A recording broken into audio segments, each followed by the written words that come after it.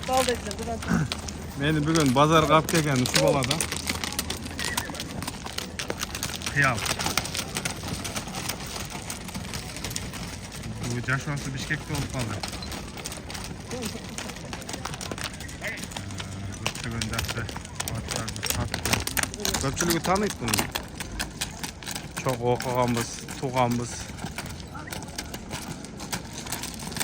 Üstü qanday ekan Kıyal? Zor ekan. Salonu qatqa.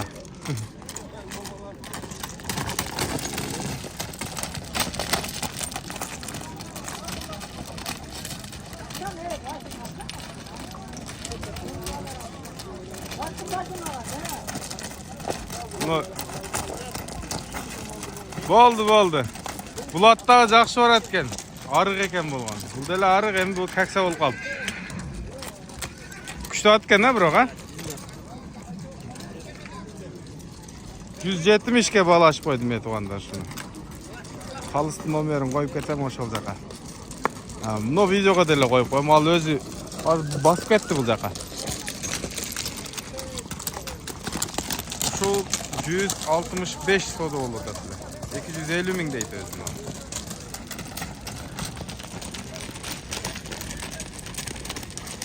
Canvar uzunluğu da uzun ekan. Kirik at ekan ha? 45 kafa ulaştı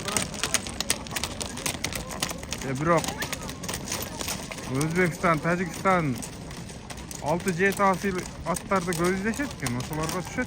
Kalış oşol jakka katat bunu böyle. Bizde Kırgızstanda 4 asiydan naran уже qarıp kalıptır deybereriz.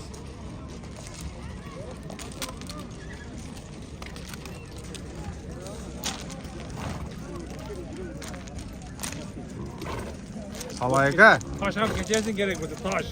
Taştı geçer. Kaysın soda kıldı aka? Ver. Ne deysin? Yok, karmap gördün mü oyunun bu? Taş eken yerler. Başkısa göçleri var geldi. Taş eken ha.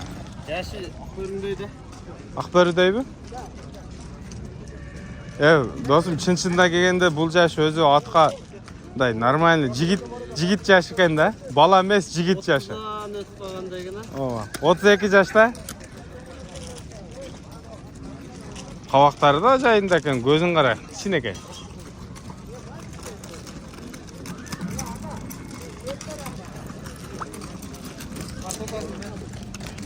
Картотам досум, сени YouTube'га кой берейинчи. Ha? Arzan bolsa alıp eşlikten mi? 170 devodat mı? 250 tegen atlar 150 sürüyor da. 170 hadi 100 sürüyor. Kança sürayın anda kalırsa? Alayım kanka aytay rekmi çaka. Aytat. Hem algan bolsa düşkön jerini aytat da. Şu aşağısın bir. Bak.